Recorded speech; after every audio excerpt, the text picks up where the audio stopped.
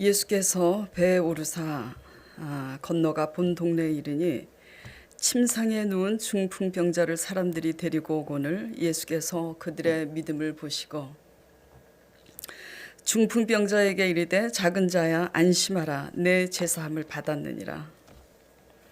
어떤 서기관들이 속으로 이르되 이 사람이 신성을 모독하도다. 예수께서 그 생각을 아시고 이르시되 너희가 어찌하여 마음에 악한 생각을 하느냐.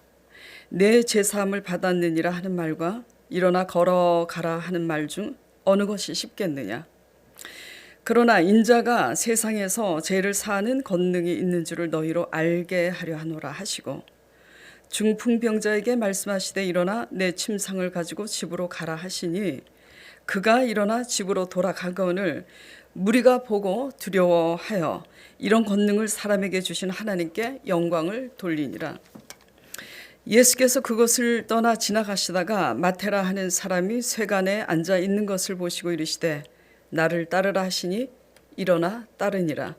예수께서 마태의 집에 앉아 음식을 잡수실 때 많은 세리와 자인들이 와서 예수와 그의 제자들과 함께 앉았더니 바리새인들이 보고 그의 제자들에게 이르되 어찌하여 너희 선생은 세리와 죄인들과 함께 잡수시느냐. 예수께서 들으시고 이르시되 건강한 자에게는 의사가 쓸데없고 병든 자에게라야 쓸데있느니라. 너희는 가서 내가 긍휼을 원하고 제사를 원하지 아니하노라 하신 뜻이 무엇인지 배우라. 나는 의인을 부르러 온 것이 아니요 죄인을 부르러 왔노라 하시니라. 아멘. 잠시 기도드리겠습니다.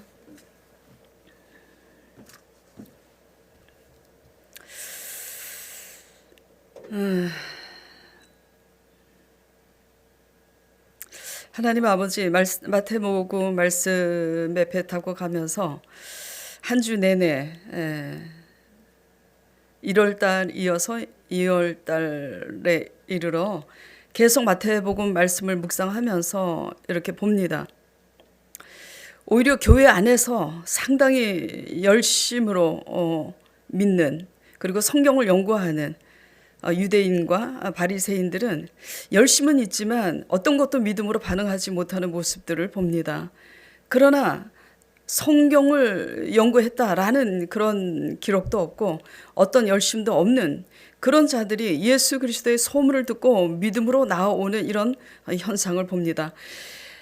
오히려 어떤 열심을 갖고 있지는 않지만 확실히 예수님을 믿음으로 말미암아 나오는 모든 자들에게 그 믿음이 작든 크든지 간에 따지지 아니하시고 그 믿음대로 역사하시는 예수님의 모습을 봅니다. 오늘 말씀을 통해서 우리가 어떻게 믿어야 하는가. 믿음은 하나님의 일하심을 경험하게 되는데 하나님의 일하심을 경험하기 위해서는 우리도 이렇게 믿어야 하는구나 도전받고 실행할 수 있도록 주님 함께하여 주시옵소서. 예수 그리스도 이름으로 기도드리옵나이다.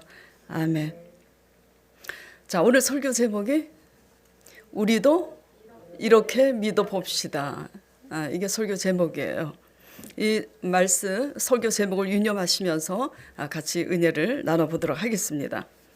믿음은 제가 조금 전에 기도를 그렇게 드렸다시피 믿음은 하나님의 일하심을 경험하게 합니다. 오늘은 제가 본문을 9장 1절에서 13절까지 이렇게 잡았지만 9장 전체를 읽다 보면은 하나님을 믿는 여러 부류의 사람들이 나와요.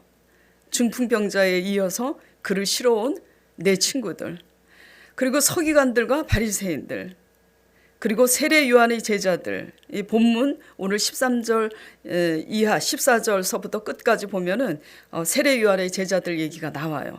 그리고 교회 관리 있는 회당장 이야기가 나오고 혈루병 여인이 나옵니다. 혈루병은 뭐냐면 피가 한번 나오게 된다면 상처가 나서 피를 흘리게 되면 그 피가 멈추지 않는 것이 혈루증이에요. 그래서 혈루증 앓는 여인 얘기가 나오고 두 소경 이야기가 나와요. 그리고 9장 본문 말씀 바로 전에 8장에는 어떤 얘기가 나오냐면 또 문둥병자 얘기가 나와요. 문둥병자 얘기가 나오고 귀신을 쫓아내는데 예수님이 이 돼지를 치는 그 돼지떼에 귀신을 명하니까 그 귀신이 돼지떼에 들어가요. 그래서 돼지들이 바다에 다 바다에 들어가서 몰사합니다. 귀신이 들어가니까 귀신의 역사로 그 돼지떼들이 바다에 들어가서 몰사하니까 돼지를 키우던 목축업을 하던 사람들이 자기의 재산이 없어졌잖아요. 그러니까 예수님의 그 능력보다는 자기네들이 잃은 손실 때문에 예수님을 자기네 그 지방에서 동네에서 떠나기를 간구합니다. 이거 굉장히 유념해서 들으셔야지 돼요. 그들은 돼지 몇 마리, 몇십 마리인지는 모르겠어요. 몇백 마리인지는 모르겠어요. 그것 때문에 더 중요한 것을 놓치게 되죠. 자, 이렇게 여러 부류의 사람들의 모습에서 믿음으로 하나님의 일하심을 경험하게 된 사람들은 누굴까?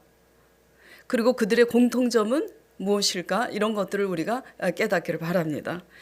그리고 반면에 믿음으로 하나님을 경험하지 못하는 사람들은 누굴까?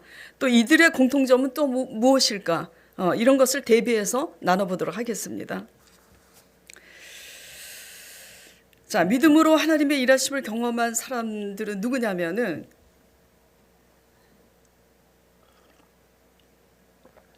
공통적인 게 있어요. 첫째는 절박한 문제들을 다 갖고 있다라는 거예요. 두 번째는 그 자신들의 절박한 문제에 대해서 간절한 마음이 있다라는 거예요. 누구를 향해서? 예수님을 향해서. 그래서 세 번째 공통적인 것은 뭐냐면 그 간절한 마음으로 믿음을 가지고 주님 발 앞에 나왔다. 이게 공통적인 겁니다. 다시 말해서 이 얘기를 뒤집어서 얘기하면 이들은 자신들의 절박한 문제를 해소할 사람들과 환경을 의지하기보다는 예수님 앞에 믿음으로 그 문제를 가지고 적극적으로 나왔다라는 사실이에요. 예. 중풍병자가 이렇게 할 수 있어요. 그 당시 그 시대 중풍병자가 예수님 소문을 들은 사람이 한두 사람이겠어요? 수많은 중풍병자들도 있을 거예요. 예수님 발 앞에 나오지 않는 집안에 틀어박혀 있는 중풍병자가 있을 겁니다. 그들이 어떻게 살았을까? 그들은 어떻게 살고 있을까? 이 한 의원에 가서 이 한 의원이 유명하다는데 침 잘 놓기로. 그래서 그 한 의원에 가서 침 맞으면 내 중풍병이 나을래나? 맞아봤어. 그런데 안 나왔어. 이번에는 이제 다른 데 가보자고. 분당을 다 또 돌아다니면서 침을 맞아봤는데 안 나와요. 그래서 서울로 가봅니다. 그래도 안 나와요. 천안에도 가봅니다. 그래도 안 나와요. 그래도 예수님의 소문을 듣고 믿음으로 나오지 않습니다. 끝까지. 무슨 얘기냐? 내가 해볼 만큼 다 해봐서 결국 사람의 한계를 넘어갔음을 알매도 불구하고 내가 어떻게 해보겠다고 사람을 의지하고 환경을 의지하고 예수님 발 앞에 나오지 않는다라는 얘기죠. 예, 평생 그렇게 사는 거예요. 사람과 환경을 의지하면서. 혈루증 여인도 마찬가지예요. 약을 먹으면 피가 멈춰요. 일단 상처가 나서 피를 흘리면 멈추지 않으니까 병원을 가잖아요. 근데 약을 먹으면 멈춥니다. 그러니까 익숙해져요. 약을 먹으면 멈추구나. 또 피 나면 얼른 병원으로 달려가면 되지. 그래서 이 삶에 익숙해져 버리는 거예요. 의사의 한계는 피를 멈추게 할 수 있는 약을 제공할 수 있을 줄 몰라도 근본적인 치유를 못 하잖아요. 그런데도 그냥 포기합니다. 약에 익숙해져서. 병원을 가지 말라는 얘기가 지금 아니에요. 병원 가야 돼요. 아주 무모하게 믿습니다 해가지고 병원도 안 가고 약도 처방을 안 받고 이렇게 미련하게 믿으면 안 돼요. 그러나 지금 얘기는 뭐냐면 사람의 한계로 못 고치는데도 불구하고 의사 말만 주구장창 듣고 앉아있다라는 얘기를 지금 하고 있는 거예요. 네. 그래서 포기하는 겁니다. 익숙해서. 내 힘으로 끝까지 해보겠다고 또 돌아다니든지 아니면 그것에 익숙해서 체념해서 내 혈루증을 그냥 모셔드리고 평생 살든지. 예. 그리고 두 소경 얘기가 나오잖아요. 자, 두 소경은 태어나면서부터 맹인이에요. 일을 할 수가 없습니다. 그래서 길거리에서 거린으로서 이 사람 저 사람에게 구걸을 해요. 사람들이 불쌍히 여기서 던져주는 동전을 받아서 먹고 삽니다. 근데 그 일에 익숙해요. 예수 그리스도의 소문을 들은 맹인이 이 두 사람뿐이겠어요? 맹인으로서 사람들에게 구걸해서 얻어먹는 그 일이 너무 익숙해져 가지고 그냥 포기하고 사는 거예요. 근데 여기 본문에 나오는 이들은 그렇게 하지 않았다라는 겁니다.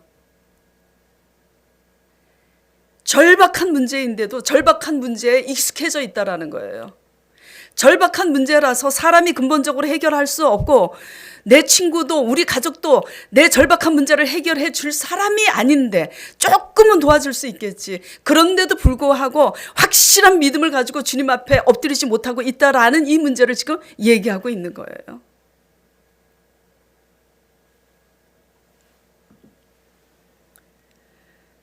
이들은 자신들의 절박한 문제에 대해서 삶을 그렇게 살도록 체념하지 않았다라는 거예요. 사람이 해결할 수 없는 불가능한 근본적인 문제를 자꾸 사람을 찾아다니면서 해결하려고 동분서주하지 않았다라는 겁니다. 그들의 공통점은 예수님 앞에 나오면 확실히 고쳐주신다는 믿음으로 나왔다라는 거예요.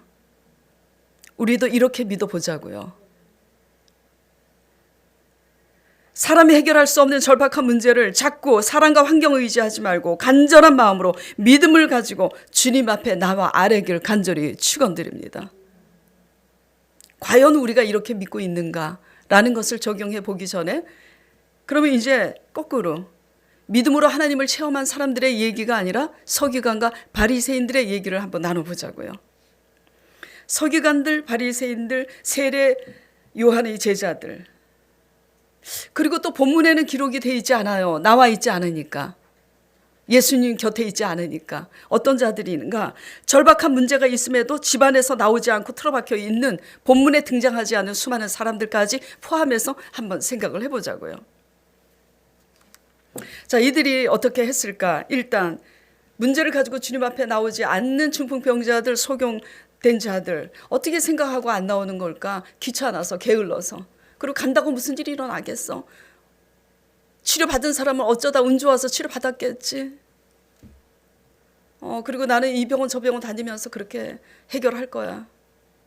평생 이 병원 저 병원 다니는데도 해결을 하지 않고 그 자리에서 맴도는데도 더 이상 진보가 없이 의사만 의지하는, 그래서 집안에만 틀어박혀 있는 뭐 이런 거. 자, 본문 2절 4절 보겠습니다. 침사 2절 침상에 누운 중풍병자를 사람들이 데리고 오거늘 예수께서 그들의 믿음을 보시고 중풍병자에게 이르시되 작은 자야 안심하라 내 제사함을 받았느니라. 이렇게 하니 서기관들이 속으로 이렇게 생각합니다. 이 사람이 신성을 모독하는도다. 이 사람이래요. 하나님의 아들 예수 그리스도 보고 주여 또는 선생이시여가 아니라 속으로 뭐라고 생각하냐면 이 사람이래요. 믿음이 있어요, 없어요? 성경을 연구하는 사람들입니다. 서기관은 뭐냐면 율법학자예요. 성경을 연구하는데 서기관 말 그대로 서기예요. 성경을 연구한 것들을 글로 남기는 자들이에요. 그리고 지금 또 자 10절에서부터 12절까지 보겠습니다.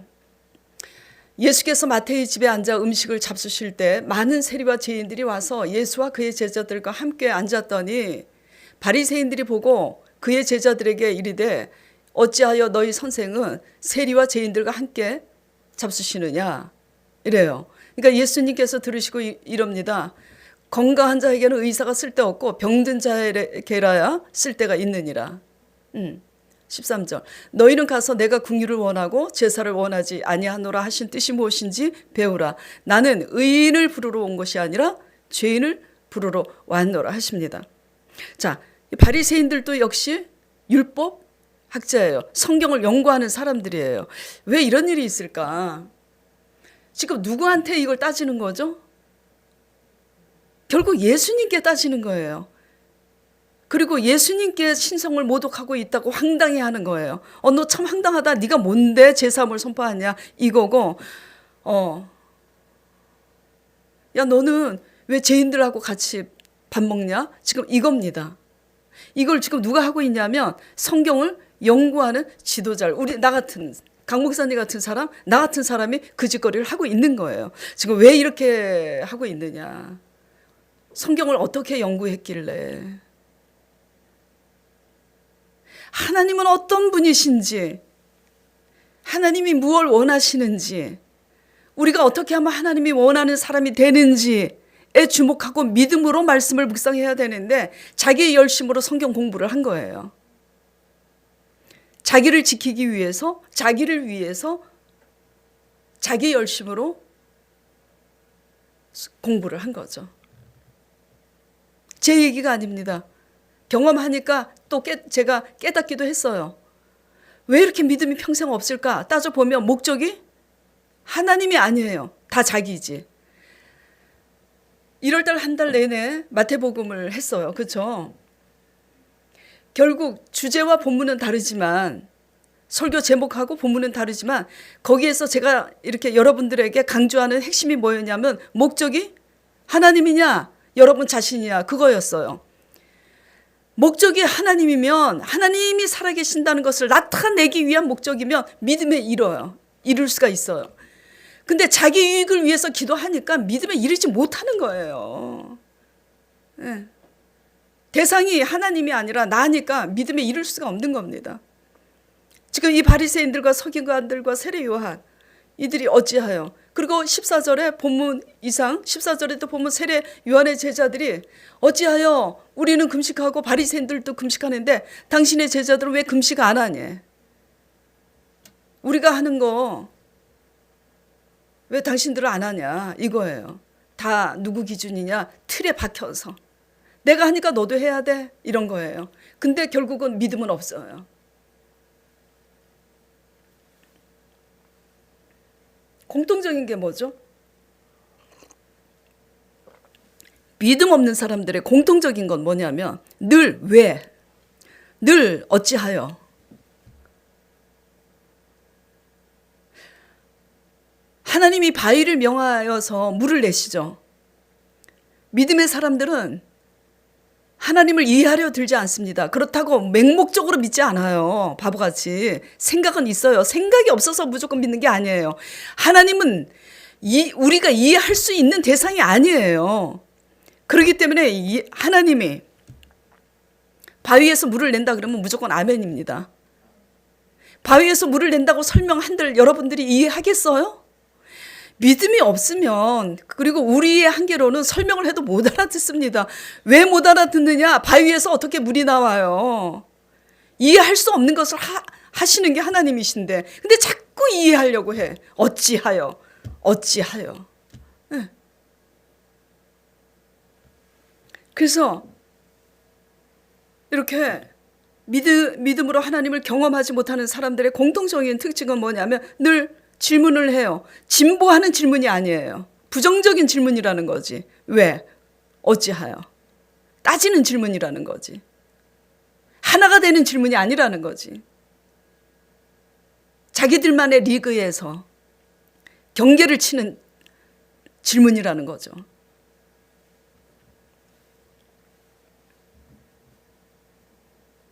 성경을 연구하지만 믿음으로 보지 않습니다. 성경을 연구하지만 하나님을 사랑하지 않아요. 성경을 연구하지만 사람도 사랑하지 않습니다. 오직 자기가 최고예요. 나를 지켜야 돼. 끝까지 내 자존심 지켜야지 되고. 그러니까 성경을 아무리 읽어도 어둠을 밝히는 빛의 역할로 부름받은 사명을 망각하는 거예요. 나를 지켜야 되니까. 나를 지켜야 되니까. 저도 그랬어요. 저는 진짜 바리새인이 아닌 줄 알았어요. 바리새인이더라고요. 그래서 또 바리새인이라고 깨달아서 막 회개해서 또 바리새인이 이제 아닌 줄 알았는데 우리 속에는 바리새인의 모습이 끝없이 있습니다. 왜? 내가 더 낫다라는 생각 때문에, 내가 더 옳다라는 생각 때문에. 그렇죠. 예. 어둠을 밝히는 빛의 역할로 부름을 받은 사명이 있다라는 것을 망각하니 어찌 당신의 제자들은 세리와 죄인들과 사회 통념상 저들을 죄인이라고 손가락질하고 있는 저들하고 어떻게 밥을 먹냐, 지금 이런 겁니다.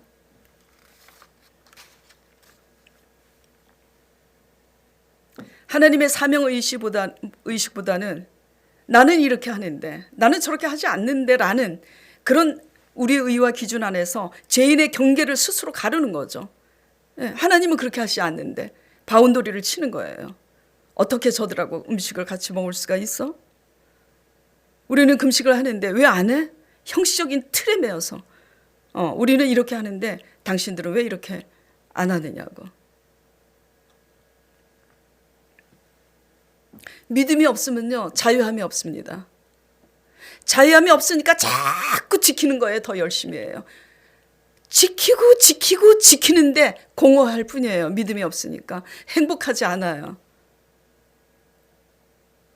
지키면 믿음에 이룰 줄 알았는데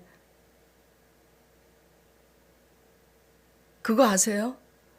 지켜보세요. 열심히. 믿음이 없으면요 지켜도 공허해요. 제가 일전에 한번 오래전에 말씀드린 적이 있는데 11조 얘기입니다. 제가 신학교 가기 전에 신학교 갔을 땐가? 신학교 가기 전에 지역장님하고 대화를 이렇게 하는데 11조 얘기가 나왔어요. 그래서 제가 솔직하게 얘기했어요. 나도 11조 몇 달 동안 못 냈어.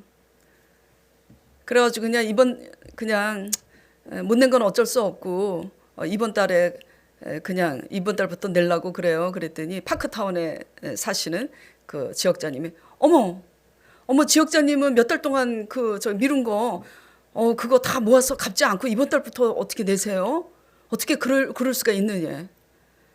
그럴 수 있어. 그게 나야. 나는 오진이니까 그렇게 하고 당신은 내가 아니잖아. 그러니까 당신. 근데 제가 뭐라 그랬냐면 그분한테 그랬어요. 근데 지역장님은 그렇게 하셔. 난 이렇게 할 거니까. 그러니까 그 지역자님은 어떻게 그럴 수 있느냐 이제 따지는 거예요.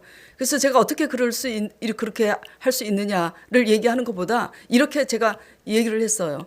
당신은 근데 한 가지만 내가 얘기하고 싶은 게 뭐냐면 당신은 11조를 내도 자유하지 못해. 그거 몇 달 밀린 거 다 모아서 내도 당신은 자유하지 않다. 근데 안 내면 어떻게 되느냐? 안 내면 더 자유함이 없다. 그러니까 결론이 뭐냐? 내도 11조를 내도 자유하지 못하고 안 내도 자유하지 못해. 이걸 뒤집어서 얘기하면 뭐냐면 성서주의를 주일날마다 지켜도 껄쩍지근해. 다음 주에는 내가 오지 말아야지 이렇게 피곤한데 또 안 나오면 더 껄쩍지근해. 내가 성서주의를 거룩히 지키라 그랬는데 믿음이 없으면요 성서주의를 지켜도 자유함이 없고 안 지키면 더 자유함이 없어. 그래서 제가 그랬어요. 당신은 내도 자유함이 없고 안 내도 자유함이 없는데 당신을 지키기 위해서 내야 될 걸? 그러니까 당신은 내. 나도 잘한 건 아니지만 나는 내 성격상 내가 밀린 거를 계속 내려고 모으다 보면 난 평생 못 내. 그러니까 하나님께 그냥 내 아버지께 용서를 구하고 이번 달부터 내겠다고. 네. 옳은 일은 아니지. 그러나 난 자유해. 당신이 낼 거 다 내고도 자유하지 못하지. 그게 나와 당신의 차이야. 그게 뭔지 기도해봐. 잘 있어? 그리고 나왔어요. 이거 알아들으시기 바랍니다. 저 잘났다는 얘기가 아니에요. 또 저처럼 하라는 그런 얘기가 아니에요. 여러분들은 저처럼 하지 마세요. 여러분들은 다 저보다 나은 분들이에요. 진짜로요. 성격도 인격도 저보다 낫잖아요. 고운 말 쓰고 예의 바르고 지킬 거 다 지키고. 예. 뭐가 문제냐? 믿음은 없는데 많이 알고 있다라는 게 문제예요. 많이 알고 있는데 믿음이 없다는 게 문제예요. 믿음이 없으니까 알고 있는 율법적인 틀에 박혀서 사는 거예요. 믿음이 없으니까 그 틀에 매여서 지켜도 자유함이 없는 거예요. 사랑관계도 마찬가지예요. 이번에 그런 얘기를 어느 집사님하고 저저번 주에 이런 얘기를 제가 똑같이 나눴어요. 그랬더니 우리 교회 집사님이 쇼크를 굉장히 받아 눈물을 글썽글썽 흘리면서 목사님 저 어떻게 해요? 제가 그렇게 11조를 지금 내고 있는데 내도 자유하지 못하고 안 내도 자유하지 못한 그런 사람이라고. 그런데 너무 감사한 것은 그런 고백을 하는 거예요. 목사님 저 사랑관계도 그렇게 하고 있다고. 근데 너무 감사했어요. 그분은 굉장히 멋있는 사람이에요. 왜? 자기의 그것을 오픈했으니까. 문제는 그걸 못 느끼고 있는 게 문제인 거지.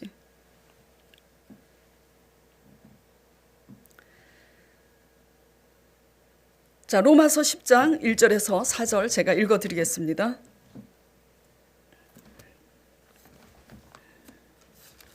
로마서 10장 1절 4절 읽을 테니까 잘 들어보세요.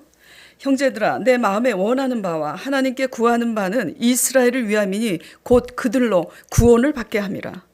내가 증언하노니 그들이 하나님께 열심히 있으나 올바른 지식을 따른 것이 아니니라.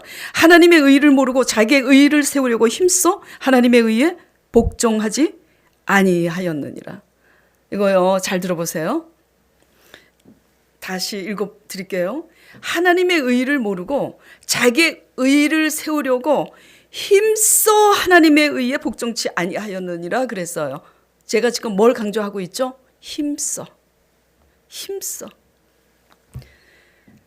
자기의 고집을, 자기의 자존심을, 우리의 자아를 지키려고 힘쓰는 바람에 하나님의 의를 복종하지 못하는 거예요. 하나님의 믿음에 이르지 못하는 거예요. 아시겠어요?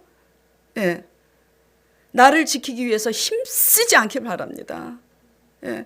깨트리려고 씨름하고 힘쓰시지 나를 지키려고, 내 자존심 지키려고 용쓰지 않길 바랍니다.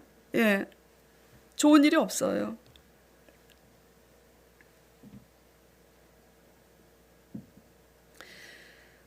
결국 그놈의 자기를 지키기 위한 자기 열심 때문에 다들 우리가 이런 짓거리를 하고 있는 거예요. 어떤 짓거리요? 제가 짓거리라고 얘기하고 있어요.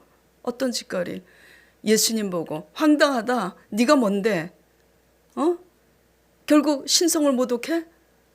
죄를 사하는 그런 선포를 네가 하고 있어? 그거예요. 하나님의 아들이신데 우리가 그렇게 따질 만한 대상이냐고요, 예수님이. 근데 지금 겁이 없어요. 우리 강 목사님이 금요 설교 때 설교 제목이 민수기 16장을 가지고 겁, 느낌표 딱 치고 상실하지 맙시다 그랬어요. 그래서 이게 뭔지 아시죠? 그러더라고요. 겁 땡땡땡 상실하지 맙시다. 그래서 제가 뒤에서 조그맣게 그랬어요. 겁대가리 없이 상실하지 맙시다. 이거 아니냐고. 근데 이상하게 지금 제비 뽑아서 민수기 하고 있고 생명의 삶 마태복음을 하고 있는데 이 말씀이 공교롭게 지금 겹치고 있어요. 믿음이 없으면 겁이 없습니다.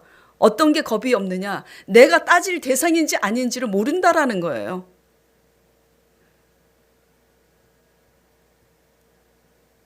그렇죠? 그리고 그 따지는 내용 자체가 얼마나 올바르지 않은지 그 자체도 모르는 거예요. 죄인들과 왜 같이 밥을 먹느냐? 어떻게 그럴 수 있느냐? 이 질문 자체가 지금 하나님의 관점에서 가능한 거예요. 가능하지 않잖아요. 근데 이 가능하지 않는 질문을, 그 질문 자체가 얼마나 잘못됐는데도 잘못된 질문을 감히 예수님께 하고 있잖아요. 그렇죠? 네.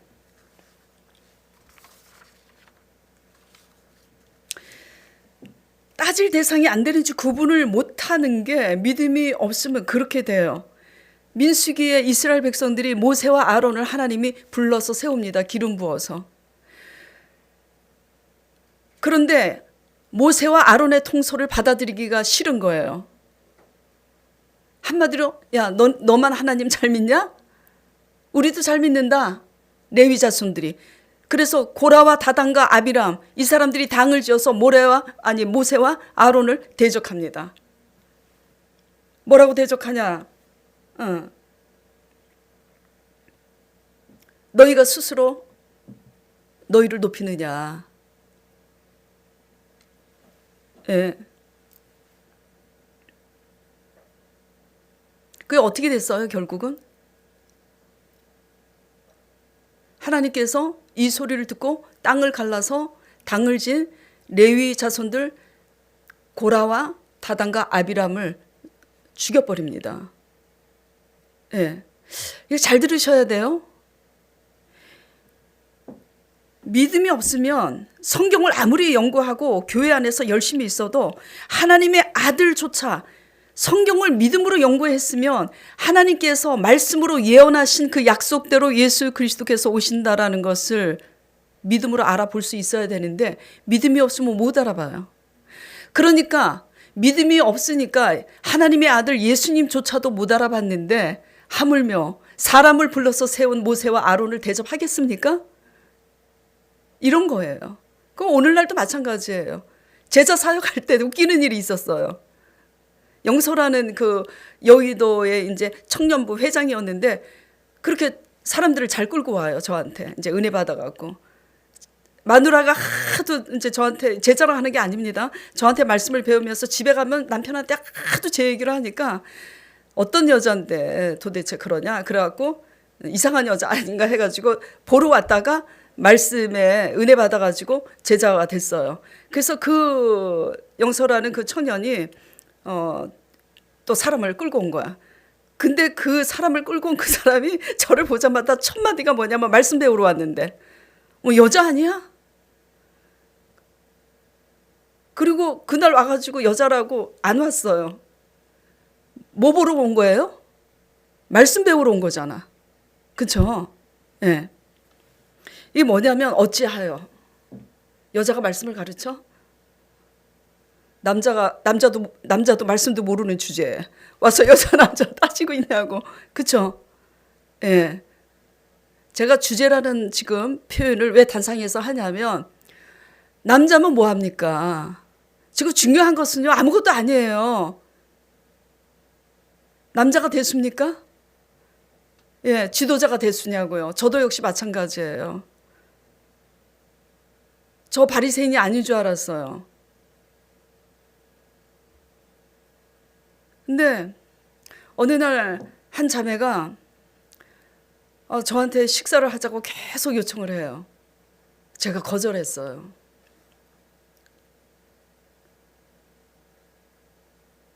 아마 제 설교를 지금 듣고 있을 거예요. 왜냐하면 그분을 정죄하는 게 아니에요. 근데 그분이 지금 거듭났어요. 목사님 때문에 제가 거듭났습니다. 너무 감사합니다. 그렇게 했어요. 거듭나기 전에 너무 지나치게 이기적이니까 식사를 같이 하고 싶지 않은 거예요. 제가 거절했어요. 나중에 말씀 보면서 네가 뭔데 거절을 해. 거절하면 다른 사람들도 다 거절해야지. 엄청 회개했어요. 그래서 제가 그 자매한테 용서를 빌었어요. 야, 나는 목회자도 아니다. 난 너무 교만하다.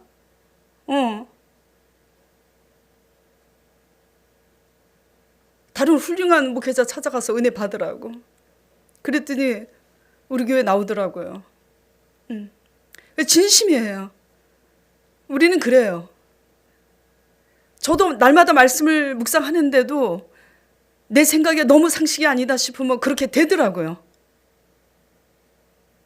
그런데 하물며 말씀을 믿음으로 깨어있지 못하고 하나님의 관점에서 깨어있지 못하면 우리 모두 그렇게 돼요.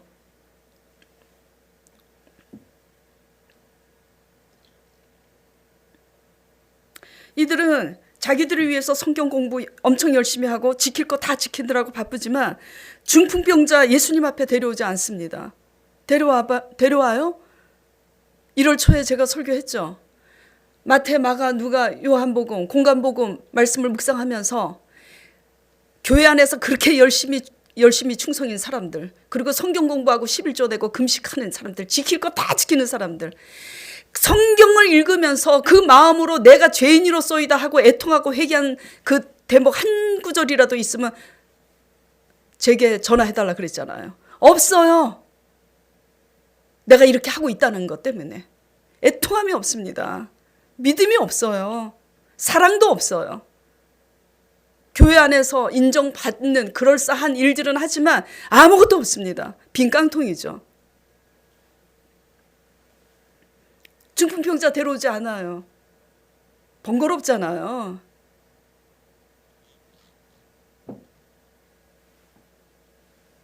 구장 끝에 두 소경 이야기가 나옵니다. 예수님 앞에 나와서 두 눈을 뜨고 된 소경이 나가서 소경이 고침을 받았으니까 어떻게 돼요? 귀신 들린 자를 또 데려옵니다. 우리가 치료받았으니 당신도 치료받으라고. 그래서 예수님이 귀신을 내쫓아서 그 사람이 온전해지잖아요. 이 바리새인들은요, 지도자이고 성경을 연구하고 있지만 믿음은 없어요. 그래서 날마다 어찌하여 자기 기준에서 이렇게 하고만 있지, 중풍병자도 데려오지 않아요. 내 친구들보다 못합니다. 치료받은 두 소경보다도 못해요. 두 소경 의리라도 있지. 자기네들이 치료받았으니까 귀신 들린 사람 데려오잖아. 여러분들 제 믿음 때문에 응답받은 사람들 왜 안 데려오세요? 저 전도하라고 강요한 적 있어요? 제가 전도해왔지. 왜 안 데려와요? 왜? 이런 게 뭐냐면 날마다 교회 안에서 성경 공부만 하고 있는 거예요.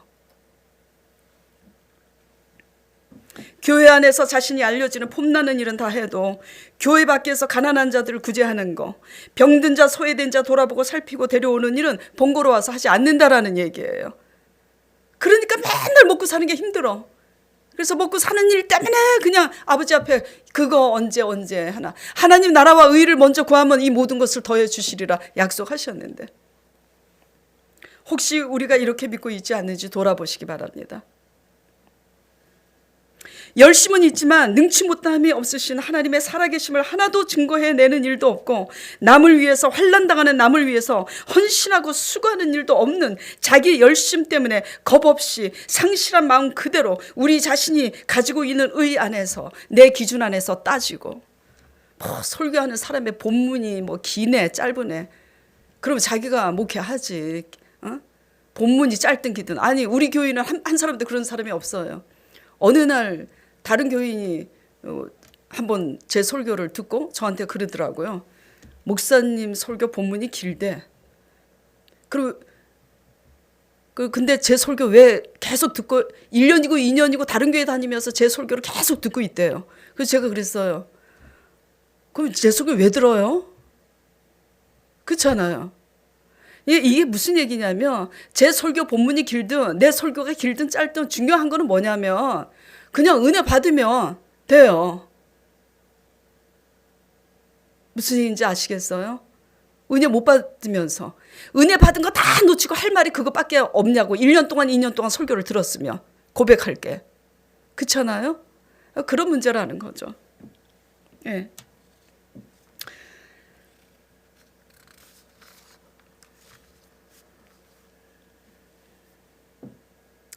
하나님의 사람들을 향해서도 믿음이 없으면 예수님한테도 모세와 아론에게조차도 그렇게 하는데, 하물며 만만한 대상이 아닌 자녀나 가족들에게는 어떻게 하겠느냐 이거예요. 내 자녀 내 뜻대로 주무르기 위해서 너는 왜 이따구로 하느냐. 날마다 내 기준. 그리고 배우자도 나는 이런데 어찌하여 당신은 이러느냐 이런 거. 네. 하나님은 우리를 변화시키려고 그런 자녀, 그런 배우자 허락하셨는지 믿으시기 바랍니다. 예. 평생 저 사람은 어쩌고 저쩌고, 저 사람은 내가 이렇게까지 했는데 저 사람 왜 저러는지 몰라. 그게 어찌하여잖아요. 그러면서 이런 얘기도 듣습니다. 저 사람은 평생 안 바뀔 거야. 며칠 전에도 우리가 저녁 때 기도하다가 그런 얘기를 나눴어요. 사모님하고. 사모님 친구가 이제 결혼을 했는데 지금 이혼 일보 직전에 있어요. 혼인신고는 참 안 했다 그러니까 그 부모님이 사람은 고쳐서 쓰는 게 아니라고, 헤어지라고 그랬다고 그래요. 사람은 고쳐서 쓰는 게 아닌 거 맞아요. 왜 맞냐면 그 말이 틀린 말인데 왜 맞는 말이냐면 사람은 사람의 힘으로 고쳐지지 않아요. 하나님의 힘으로만 고쳐지지. 예. 나도 나를 못 고치는데 무슨 남을 고치겠다고. 저 사람은 평생 안 바뀔 거야. 맞습니다. 정답이에요. 그 사람은 평생 안 바뀌어요. 그래서 하나님께서 너나 바뀌어라. 그래서 우리를 부른 겁니다. 아멘? 예.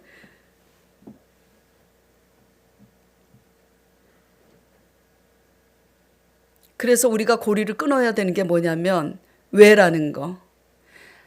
하나가 되기 위한 왜가 아니라, 하나가 되기 위한 어찌하여가 아니라 내 기준과 내 의 안에서 늘 분열시키는 왜, 어찌하여, 이런 고리를 하나님 진리 안에서 끊길 바랍니다.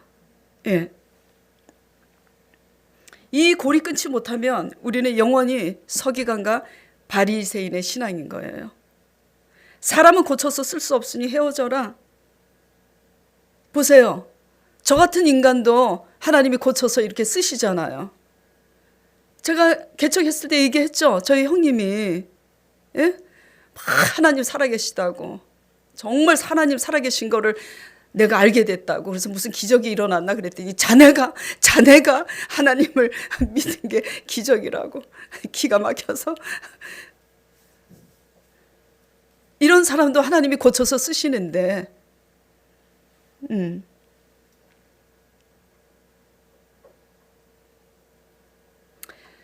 못 고칠 인간 하나님이 고치실 줄 믿으시기 바랍니다. 가망 없는 인간 하나님이 고쳐서 쓰시는 줄 믿으시기 바랍니다. 그걸 믿으면 우리가 감나라 콩나라 할 필요가 없는 거예요.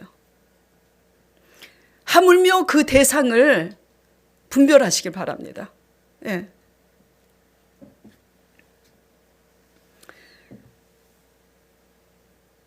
우리 같은 인간도 하나님이 불러서 고쳐서 지금 쓰고 계시는데 예. 상대방 가망 없다고 비난하고 어찌하여 바운더리를 칠 게 아니라 그 문제까지도 수용할 수 있는 사람이 될 수 있도록 기도하면서 그 사람들의 문제를, 중풍병자는 육신적으로 중풍병자지만 정신적으로 병든 게 더 병이에요. 어떤 게 쉽겠어요? 육체적인 병이 더 쉽겠어요? 정신적인 병이 더 쉽겠어요? 예? 육신적인 게 더 쉽다고요. 육신적인 병은 고칠 수 있어요. 병원에 가서 수술도 할 수 있고. 마음은 수술이 안 돼요. 그 마음은 하나님의 영, 성령밖에는 수술이 안 됩니다.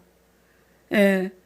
그래서 우리나 달라지기를 힘쓰고 애쓰고 못 고칠 사람 하나도 없는 하나님을 믿으시고 예수님 발 아래 문제를 내려놓고 믿음과 사랑으로 하나님께 아뢰기를 간절히 축원드립니다. 네. 용신할 수 없는 중풍병자를 내 친구가 메어가지고 예수님 발 아래 내려놓잖아요. 꼭 병든 문제만 아니에요. 사람의 힘으로 할 수 없는 정신적인 감옥에 갇혀있는 사람들, 어둠 속에 있는 사람들, 소외된 사람들,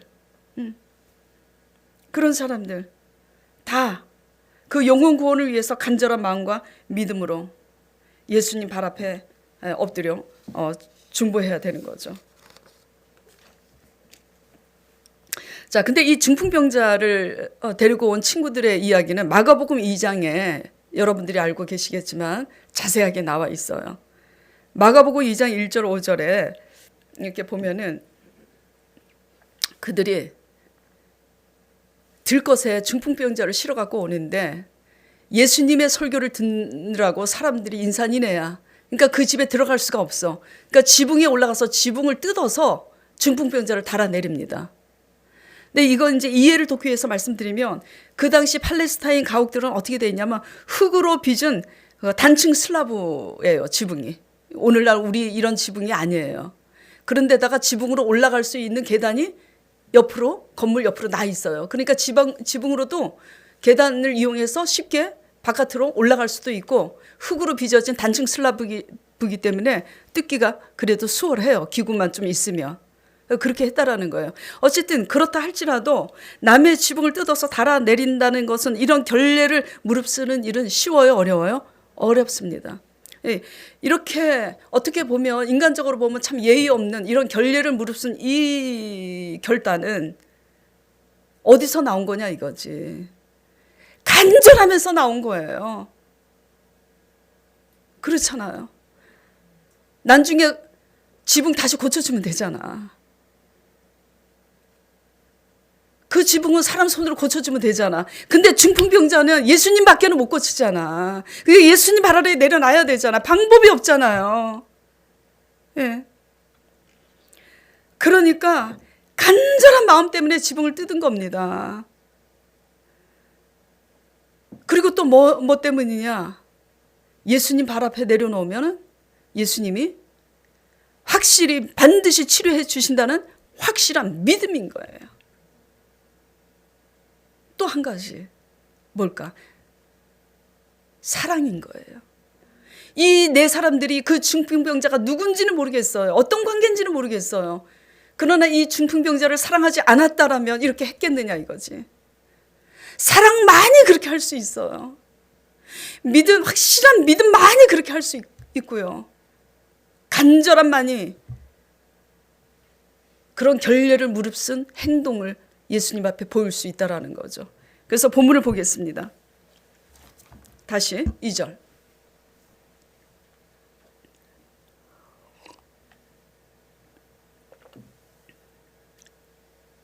2절.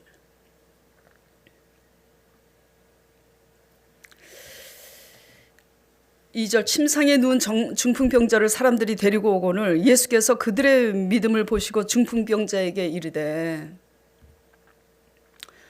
이게 2절인가요?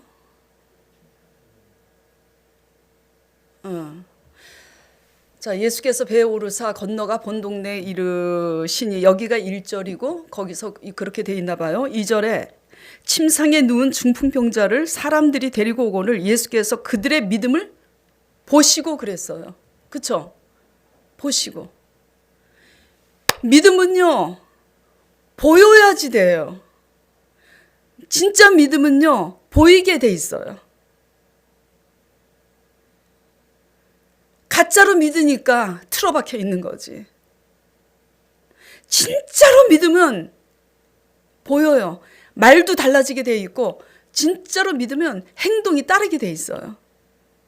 이 믿음을 보신 거예요. 어떤 믿음? 간절한 마음을 보신 거예요. 그리고 뭘 보신 거예요? 확실한 믿음을 보신 거예요. 확실한 믿음이 있기 때문에 그렇게 한 거예요. 뜯어내린 거예요. 그런 결례를 무릅쓴 거라고요. 그리고 또 뭘 본 거예요? 그들의 사랑을 본 거예요.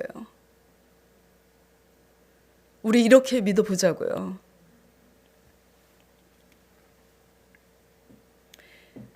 이 같은 믿음이, 이 같은 사랑이 지붕을 뜯게 만드신 줄 믿으시기 바랍니다. 예. 우리가 뜯어야 될 게 뭘까 그러면? 우리도 지붕을 뜯을까요? 그래서 설교 제목을 지붕을 뜯읍시다로 할까? 그리고 우리가 웃었는데, 조영수 집사님하고 웃었는데, 우리가 뜯어야 될 거는 바로 뭐냐면 우리의 믿음이 없는 우리의 잡초 같은 마음의 뿌리, 그걸 회개로 뿌리 뽑아야 되는 줄 믿습니다. 그리고 우리의 뜯어야 될 지붕이 뭐냐? 사랑이 없는 거, 남의 환난에 대해서 사랑이 없는 거. 그래서 사랑과 헌신이 없어. 아유, 지붕까지 뜯어 번거로워. 뭘 뜯어 안 뜯고 말지 귀찮은데. 예. 지금 내가 누가 생각이 나가지고 웃는데 사랑은 귀찮지 않아요. 사랑하면 안 귀찮아. 사랑 안 하니까 귀찮지. 사랑과 헌신이 없는 잡초 같은 마음 뿌리 뽑아서 뜯어내야 됩니다. 우리가. 예. 예.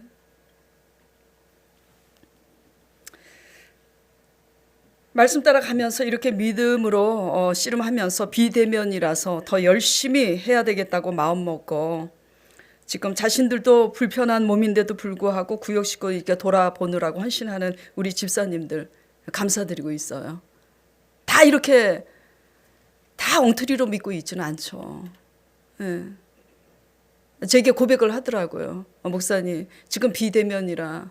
제가 비대면이 딱 시작하니까 솔직히 걱정이 되더라고요. 성도들이 집에서 편안하게 주일 성숙 한번, 주일 예배 한번 드리고 말씀도 안 보고 기도도 안 하면 어떡하나? 걱정하다가 내가 왜 걱정을 하지? 이 걱정을 하나님 앞에 내려놓으면 되지. 그래서 걱정을 내려놨어요. 하나님께 맡기자. 그래서 아버지께 그랬어요. 전화 열심히, 전화 이상해지지 않도록 하겠습니다. 이렇게 하면서 기도하는데, 감사한 것은 지사님들이 저한테 고백을 하더라고요. 목사님, 비대면이기 때문에 정신 더 차려서 구역 식구들 잘 챙겨야 되겠구나. 당신들 몸이 불편한데도 말씀 묵상 열심히 하면서 기도하면서 구역원들을 그 어느 때보다도 열심히 섬기고 있다라는 소식을 들으면서 제가 얼마나 든든하고 감사한지 모르겠어요. 예. 믿음은요, 이렇게 헌신하는 믿음 있죠. 이런 믿음은 그들의 믿음을 보시고 중풍병자의 죄를 사해 주시잖아요. 그리고 들것에 실려서 고집부리지 않고 실려온 중풍병자도 믿음인 거야. 안 가겠다고 뻗팅기면 어떻게 해? 어쩔 수 없지. 근데 어쨌든 중풍병자도 따라왔잖아. 몸을 맡기고. 이 믿음은요, 죄도 사함받고 병도 고칩니다. 병 문제만 아니에요. 이 믿음은요, 경제적으로 무너질 대로 무너진 끝에서도 이 확실한 믿음은 죄도 사함받고 경제적인 문제도 회복이 돼요. 아멘? 네. 사랑관계도 회복이 됩니다. 이 믿음은. 근데 아버지께서 왜 이 믿음을 보시고 죄를 먼저 선포하셨을까? 죄 문제에 대해서 내 죄사함을 받았느니라. 그렇잖아요. 어떤 말이 쉽겠어요? 본문 볼까요? 네. 서기관들이 이 사람이 신성을 모독하는도다 하고 황당해 하니까 그 예수께서 그 생각을 하시고 이르시되 너희가 어찌하여 마음에 악한 생각을 하느냐. 내 제삼을 받았느니라 하는 말과 일어나 걸어라 하는 말과 어느 것이 쉽겠느냐. 일어나 걸어가라 이게 더 쉽잖아요. 중풍병자가 나왔으니까. 근데 어려운 말을 합니다. 내 제삼을 받았느니라. 사람들은 눈에 보이는 걸 원하는데 예수님은 내 제삼을 받았느니라. 그러니까 중풍병자에게 이렇게 얘기하는 거예요. 너 제삼을 받았으니까 다시는 죄 짓지 말고 살아라. 그 얘기를 하고 있는 거예요. 그러면서 치료해 주십니다. 왜 믿음을 보시고 죄 문제를 먼저 거론하고 계시느냐 이거죠. 예수 그리스도를 믿는 자만, 예수 그리스도를 진정으로 믿는 자만 제사함 받고 구원받기 때문이에요. 어떤 예수님을 믿어요? 확실히 믿어요? 예수님 발 앞에 내려놓으면 확실히 치료받는다는 것을 믿는 것처럼 예수님이 내 죄 때문에 돌아가시고 부활하셨다는 걸 확실히 믿습니까? 예? 그러면 그 믿음을 가지고 주님 앞에 나오면 그 믿음 때문에 제사함 받고 문제도 하나님께서 우리가 해결할 수 없는 문제 들으신 줄 믿으시기 바랍니다. 네. 이 문제는 다 적용이 되는 거예요. 예수님이 우리가 할 수 없는 것을 하실 줄을 확실히 믿느냐라는 부활신앙의 문제죠. 예. 믿으면 엎드리시길 바랍니다. 예. 제가 간증이 많아요. 뭐 유튜브에서도 남의 목사님 간증한 거 떠올 수도 있고 여기 생명의 삶에도 간증이 수두룩해요. 근데 왜 지루하게 맨날 같은 간증을 하느냐.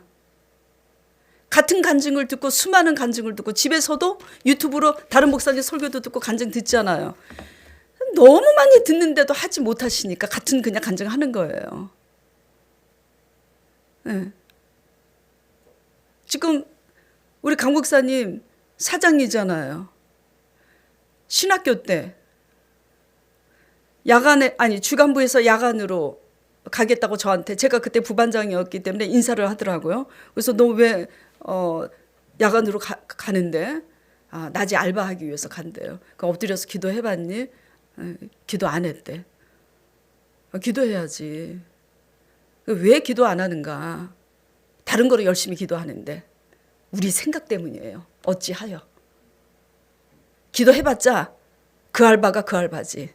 커피숍 알바나 기름 넣는 주 알바나 다 거기서 거기지.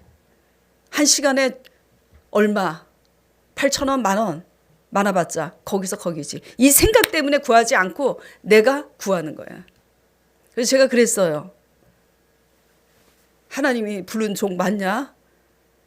모세에게 하나님께서 바위를 명하여 물을 내라 하셨으면 그걸 믿으면 되는 거지. 내가 기도하겠다고. 그래서 엎드려서 기도했어요. 왜냐하면 왜 강 목사님 문제를 기도했냐면 하나님이 강 목사님을 저 옆에 붙여가지고 제가 제자 사역할 때 강 목사님도 성도들을 가르치게 하는 사역을 하게 하시더라고요. 그래서 안방 화장실에 저는 기도할 때 안방 화장실이 집중이 잘 되기 때문에 기도의 처소로 사용을 해요. 그래서 안방 화장실에 앉아가지고 기도를 합니다. 하나님, 저는 몰라요. 뭘 몰라요? 바위에서 물을 어떻게 내셨는지 저는 몰라요. 알 필요도 없어요. 하나님이 하시는 일인데. 하나님이 어떻게 물을 냈다고 한들 알아들어요? 다만 저는 믿을 뿐이에요. 바위에서 물을 내시는 하나님을 저는 믿습니다. 확실히 믿어요. 알바를 한들 분당에서 원룸 얻어서 월세 내고 생활비가 가능해요? 신학교 등록금 가능해요? 근데 왜? 근본적으로 해결해 주세요. 내가 죄를 낳았습니까? 저는 책임질 수 없어요. 하나님이 불러서 제 곁에 붙었으니까. 저도 월급 안 받고 제자 사역하는데 내 건물에서 나온 임대 수익 가지고 제 월급 줄 수 없어요. 그러니까 아버지께서 알아서 하시라고 간절히 기도했어요. 그러니까 하나님께서 뭐라 그러시냐? 분당의 단독주택 계단 청소를 하게 하라. 사장이 됐어요. 일은 직원들이 하죠.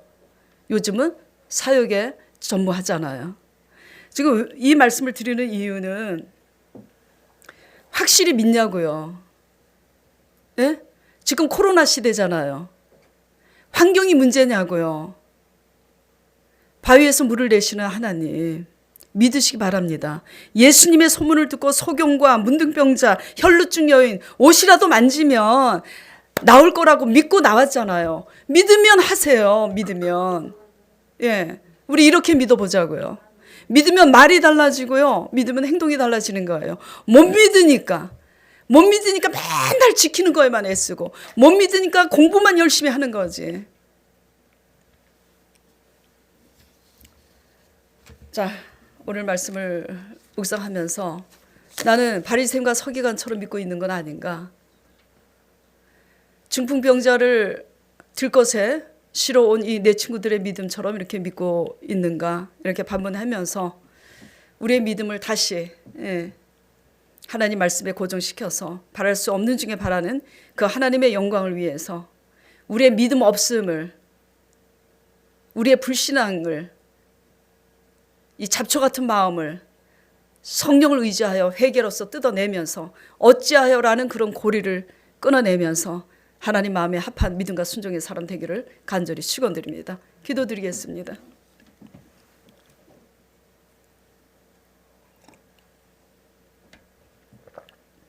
하나님 아버지, 우리의 절박한 문제가 문제가 아니라 우리 자신을 지키기 위해서 우리 열심은 있으나 하나님에 대한 믿음이 없음이 가장 절박한 문제인 줄 압니다.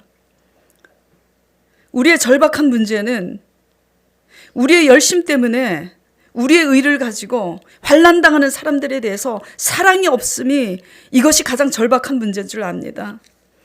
말씀을 보면서 성령님을 의지하면서 잡초 같은 그런 아버지, 우리 부패된 마음을 뿌리 뽑기 위해서 씨름하겠습니다. 용서하여 주시옵소서. 그리고 우리의 절박한 문제는 절박한 문제가 있음에도 불구하고 포기하고 있는 게 절박한 문제인 줄 압니다. 그리고 우리의 절박한 문제는 절박한 문제가 있음에도 믿음으로 엎드리지 못하고 있는 이 불신앙이 절박한 문제인 줄 믿습니다.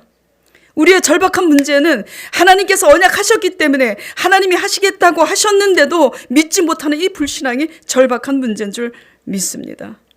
우리의 절박한 문제는 우리의 의와 우리가 이것을 지켰다는 그 믿음, 그 자기 믿음 때문에, 자기 의 때문에 우리 생각으로 내 틀 안에서 어찌하여 라고 반문하는 이런 우리의 태도가 절박한 문제인 줄 믿습니다. 용서하여 주시옵소서. 중풍병자를 내 친구들이 데리고 와서 지붕을 뜯고 달아내린 것처럼 그런 간절한 아버지의 믿음으로, 간절한 사랑으로, 헌신으로 우리의 열심이 공한 열심이 되지 않도록 회개하면서 성령님 붙잡고 말씀 붙잡고 나아가겠습니다. 불쌍히 여겨주시옵시고 믿음 더하여 주시옵소서. 거듭날 수 있도록 축복하여 주시옵소서. 그래서 하나님의 살아계심이 이 성전에 넘쳐날 수 있도록 주님 축복하여 주시옵소서. 감사드리며 예수 그리스도 이름으로 기도드리옵나이다. 아멘.